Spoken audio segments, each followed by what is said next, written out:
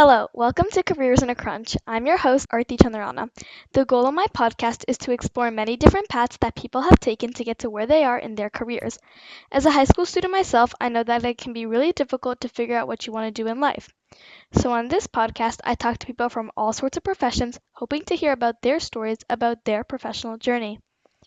Today I'm joined by Fann-Im, who works as an editor and writer.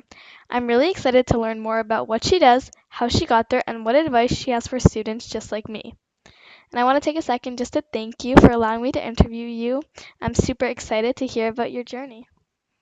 Oh, of course, Artie. Thanks so much for having me on your podcast. Of course. And congratulations on launching this amazing resource. I've actually watched all the interviews that you have up so far. And even though I'm not a high schooler, I've honestly learned like a lot from your other subjects and hearing them talk about their careers. So you're doing a wonderful thing here. Thank you. So I guess we can just dive right into some questions. Sure. So my first question is, what did you major in, and did it shape your career in any way? Yeah. So I attended undergrad at NYU. And when I first declared my major, it was in English. But then after I did that, my dad sat me down and told me that I needed to find a more career focused major. My parents were immigrants to the US from Taiwan, and they were very practical, like in their approach to schooling. And in their opinion, you didn't really go to college to like learn things per se. You kind of went to get a degree in something that you could then parlay into a job that made decent money. So I think to them, the idea of an English degree was like kind of horrifying. But I'd always been like a big reader and writer. And as a kid, and even now as an adult, I'm constantly reading books. Just for like the sheer pleasure of it. And I'm always writing like short stories or poems or blog posts. So my passion has always been English. Eventually, I compromised with my dad and I switched my major to journalism at NYU. I figured that with journalism, I'd still be writing, but there was a career kind of built into that track. So so I switched, but the more I learned about journalism, the more I realized that maybe it wasn't quite right for me either. I like doing the research and I like writing the articles, but I didn't love interviewing the subjects, like part of it. So I started looking around for other opportunities related to English. And during the summer of my junior year in college, I got an internship at Scholastic, the children's book publisher. I wanted to get a sense of what it would be like to work in publishing, and Scholastic seemed like a fun place to work. I was familiar with the company through their book fairs. And like when I was a kid, we used to get their book order forms at school. And I'd read so many books that were published by Scholastic when I was younger. So I was really excited about that internship. And I remember that one of the highlights of working there was that when the fourth Harry Potter book came out in the US, Scholastic actually gifted like a hardcover copy of the book to each of its employees, like hot off the presses. And I was kind of hooked after that because I just love the idea of like working with books and authors and kind of like having like this insider access to books. Um, so then after I graduated from NYU, I reached out to a recruiter that I had met at a college job fair, who represented Simon and Schuster, which was one of the big six publishing companies at the time. And I was actually pretty surprised that this one contact that I met at a job fair in college eventually led me to getting an actual job at Simon and Schuster as an editorial assistant, working in the trade hardcover department. But that is the beauty of like going to school in New York and living in the area because you're around some of the biggest companies in the world. And I ended up working at Simon Schuster for only a year because I realized that while I love being in the book publishing world, it's like a really tough job to be a book editor. It's a lot of time like spent like lunching with agents and authors and participating in bidding wars and like industry politics. And I'm just somebody who likes like working with the words, like not so much like with the people behind those words. So for my next job, I applied to be a copy editor at a small trade magazine, also in New York City. Um, a copy editor, in case you aren't familiar, is someone who like reads an almost final draft of someone's writing and they check for errors and inconsistencies, and sometimes rewrites a little to elevate the flow and the content, and generally like just tries to like polish the work and make it better. I figured I'd be like dealing more directly with the writing itself with this role rather like than the industry folks, which suited my personality. And I was there for a couple of years and I was happy in that role. But then the magazine folded. There was like it was the early 2000s and there was a lot of magazines going under during that time. So I started job hunting again. And this time I landed at an internationally distributed magazine, which was much more stable. It was called Wine Spectator. And during the interview, I actually realized that a lot of the things I'd studied in college came in super handy during the interview. Like I had taken a copy editing course at NYU as part of my journalism major. So I was able to do really well on their copy editing test. I'd also taken many years of French, and it's important to know French in the wine world because, like so many of the wines that are well regarded, are from France. Um, so all of that really came in handy when I was interviewing. I learned a lot from that job, and it was actually a lot of fun. I got to take wine classes and eat at nice restaurants that the magazine was reviewing, and like meet a lot of interesting kind of famous people in the wine and food world. And I got to taste wines that are like thousands of dollars a bottle. And I also learned a lot about copy editing and just kind of general editing from my manager, who was the copy chief at the magazine. But after like 5 years at Wine Spectator, I had my first baby. And while I had planned to return to my job after my maternity leave was over, I found that I just like couldn't do it. I only had 3 months of paid leave. And once the 3 months were up, it just seemed too short. So we had lined up a nanny to take care of my daughter, but when the time came, I just kind of completely freaked out and I made the unexpected decision to quit my job, leave my career behind and stay at home with the baby myself. And it was a really, really difficult decision for me to make. Partly because I hadn't fully like wrapped my head around it. Like I honestly had planned to go back to work. So this whole decision was catching me by surprise. And partly because I'd always envisioned myself as a working mom. My own mom had been a working mom, and it was like kind of the model of parenting that I was familiar with. And the concept of like stay at home mom was completely foreign to me. So, while I was growing up, I just didn't know any stay at home moms. All the moms I knew worked. And I was also sad to be leaving behind a career that I'd worked hard to build up. I felt like I was on the verge of a promotion at that point that I wouldn't get to see through. And I just wasn't sure like how easy it would be to return to my career after raising my kids. So for a couple of years, I had put my career on pause. And at the time, I couldn't be sure if it was just on pause or if it was like actually like just over. But we were fortunate in that my husband had a good career. He is a patent attorney, and I was able to focus on being a stay-at-home mom without worrying too much about like the income part of things. But I was also anxious about like retaining some of my work identity. At the time, it was just like so closely tied to my personal identity that I felt kind of lost without it. And we had another baby 2 years later. And when he was just a few months old, I put out some feelers to see if any of my old contacts needed any copy editing work done remotely. Like I was open to like freelance writing and resume editing and whatever else was like related to my field that I could do for like a few hours from home each day. And I started building up my client list and doing steady work for a few different publications.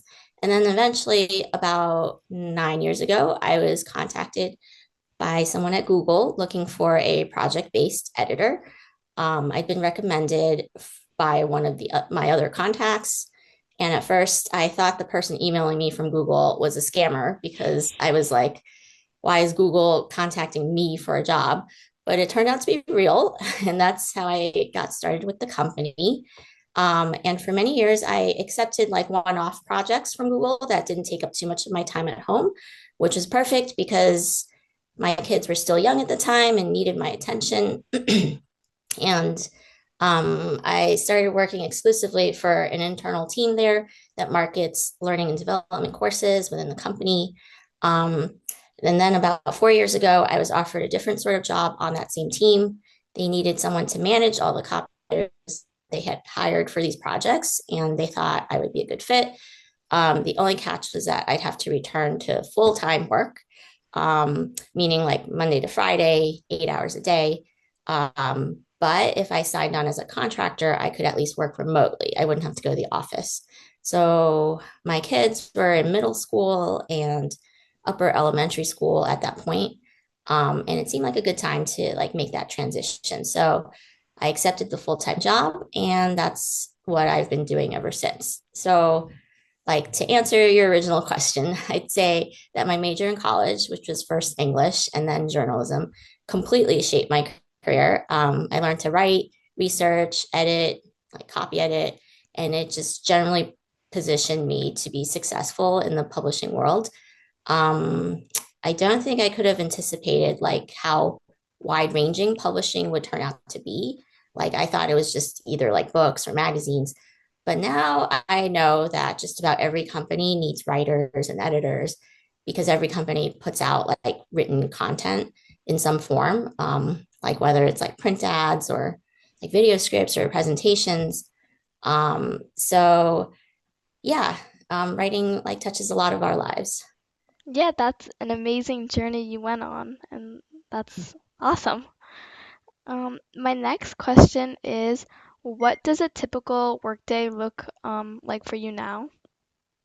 Yeah, well, since I work from home exclusively, every morning I fire up my laptop in my home office, which is actually just a desk in my bedroom, and I connect with my team, which is based all around the world through video meetings.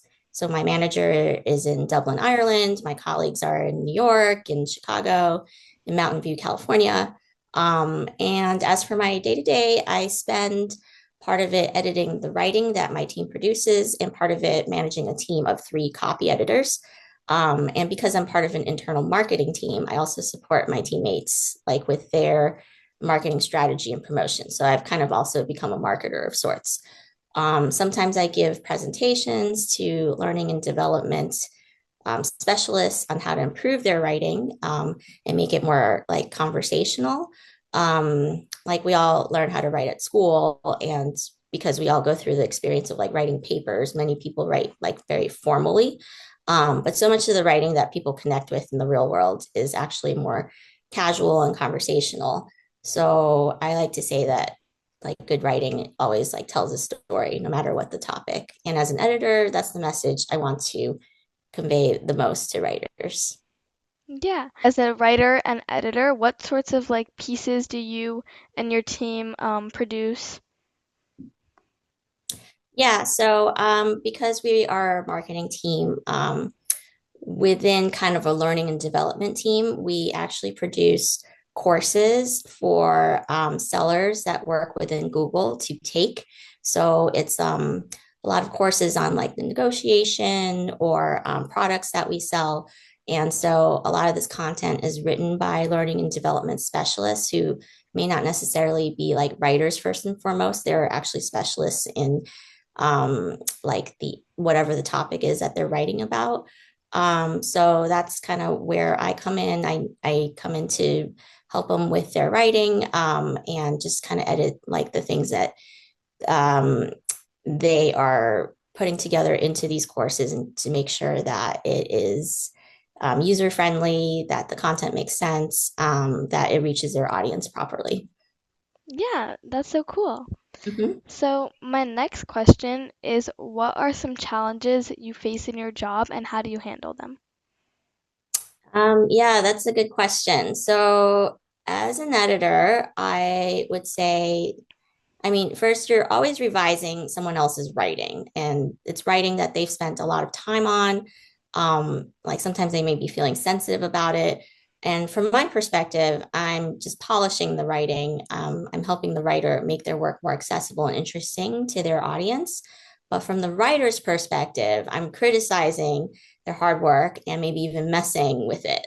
Um, so when I started out as a copy editor, I think one of my biggest challenges, like personally, was to learn how to approach writers with my edits. Um, like I had to like figure out a way to like couch my edits in a way that didn't offend the writer and like kind of develop like a bedside manner, so to speak. And this wasn't easy for me to do because I'm kind of like a straightforward person who doesn't really like to sugarcoat things. So I would like get very frustrated and privately like blame the writer sometimes for being like too precious with their work. But really, it was like half on me to be able to present my critiques in like a palatable way.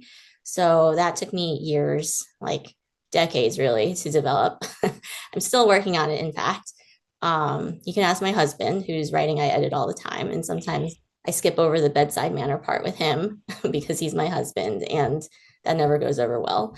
So as an editor, part of my job is to like be able to just convey my edits in a way that is acceptable to the writer. I'd say like that's one of my biggest like personal challenges. Um, a more like existential challenge that I think editors are facing today. People often ask me if I'm afraid of AI taking over my job in the near future. It's a legit concern because writing and editing are two things that AI does really, really well. But I would say that instead of being afraid of AI, and this is true, I think, for many fields, not just editing, I'm actually embracing it a lot in my own work, and I'm using it to like help me start off like my writing and editing work. Like Gemini, which is what we use at work, is great at fixing like all the grammar and spelling, which leaves me like more time to kind of work on like tone and voice and like the heart of the piece, and like kind of capturing like the true intent of the writer. So at the end of the day, at least for now, you still need a human editor, I think, to refine the work that AI does and make it sound human and original. Because like AI can do a lot of great things, but it can't currently be a human or like particularly original, like at least not yet. So for now, like not only am I like not afraid of AI like taking over my job, but I believe it kind of helps me in my day-to-day work. Yeah, definitely sound like some challenges, like you said, with the criticism. I can definitely relate to that. Sometimes I get a little bit offended when someone tries to about critique, but I'm working on it. And then Yeah. also definitely AI, especially like in school, we get a lot of talk about AI and if it's like okay to use and stuff. So yeah, definitely sound difficult, but nothing that you can't overcome. Right. Yeah, we're definitely in a transitionary period with AI. Yeah. So my next question is, how did it feel to have your work be published at New York Times or Publishers Weekly, and how did those opportunities come about? Yeah, so because I mostly spend my work time editing, every once in a while it's like nice for me to switch gears and try my hand at writing. So a few months ago, I submitted a piece I'd written about my grandmother who had passed away like 3 years ago to the tiny love stories section of the New York Times. And it was published, which is gratifying. It's always nice to create something and see it out in the world. So for that, I just kind of like cold submitted something and it was accepted. Um, and then there was a piece I wrote like a while ago as a contributor to my friend's Substack newsletter. And I liked that piece a lot that I had written. And I ended up submitting the same piece to Publishers Weekly, to see if they would publish it, and they did. And that article was about how it's sometimes difficult to write fiction as like an Asian American writer because you feel compelled to make your main character Asian American, but you don't necessarily want that to be the focus of the story. But once you present like a main character as like something other than white, there's kind of an expectation to bring like race and culture into the story, even if that's not your intention. Um, so anyway, I just think that part of having a long and interesting career is to like continuously challenge yourself and like always looking for ways to like grow within your job. And for me, writing represents that challenge and growth. I'd actually like to eventually like write a book of some sort, but so far like that's been an elusive goal. It's just really hard for me to spend all day editing like on my computer and then to like turn back to my computer in the evenings to write. I usually just like want to relax and unwind and like watch Love is Blind or Survivor or like read a good book instead. But who knows? So maybe one day I'll have the energy to buckle down and get it done. But in the meantime, I'm happy like writing like short pieces and articles and trying to get them published in places. Yeah, those are some incredible accomplishments. And when that book comes out, I'll definitely have to read it. Thank you, Artie. Yes, of course. So sort of a follow-up to that, what did you learn from these like opportunities that you had, right, to be able to like have your pieces written? And how are you will you use anything that you learned in like the future? Um, what did I learn? Let's see. So I think in general, I just learned that it's good to challenge yourself. Sometimes I write things and they go nowhere and they don't get published. And you just have to kind of accept that this is a part of like producing any sort of art, really, I suppose. And I think that's why I gravitate toward editing and I like it better because it's a stable job. Like there's no kind of rejection involved, which there's plenty of in writing. Um, so these are just like things that I've learned about these two different fields, which are like intertwined, but are actually very, very different. And I like for myself, I like having the stability of an editing job while dabbling in the writing world because I just think that it's nice to have something to fall back on and to know that you're definitely good at the editing, the writing, like you have to like deal with the rejection here and there, and sometimes it can be a little demoralizing. So um like I have writer friends, I don't know how they do it, like they put themselves out there again and again. But what I've learned is that it's good to do that. But for me, I also do need kind of like a cushion to fall back on. Yeah, I really like what you said about rejection and handling it, even if you like sort of, you don't really make it like so Yeah. many times, but at least a few. Yeah. You got to put yourself out there. Yeah, that's like a really, really important thing to learn. Yep. So, going into advice, my next question is if you could go back and give your high school self one or more pieces of advice, what would they be? Um, yeah, that's a really fun question. um, well, there were points during my career when I thought that my career was like over. Like when I was working as an editorial assistant at Simon Schuster and I didn't love it right away. Or when I was working at that small trade magazine and it folded, so I was laid off. Or like when I had children and decided to just suddenly quit working full time. And I even explored like other pursuits during those moments. Like I took the LSAT and I applied for law school and I was even accepted to Cornell Law at one point, but I decided not to go because like when it came time to pull the trigger, I realized that law wasn't really for me. I was like really just grasping at other ideas at that point.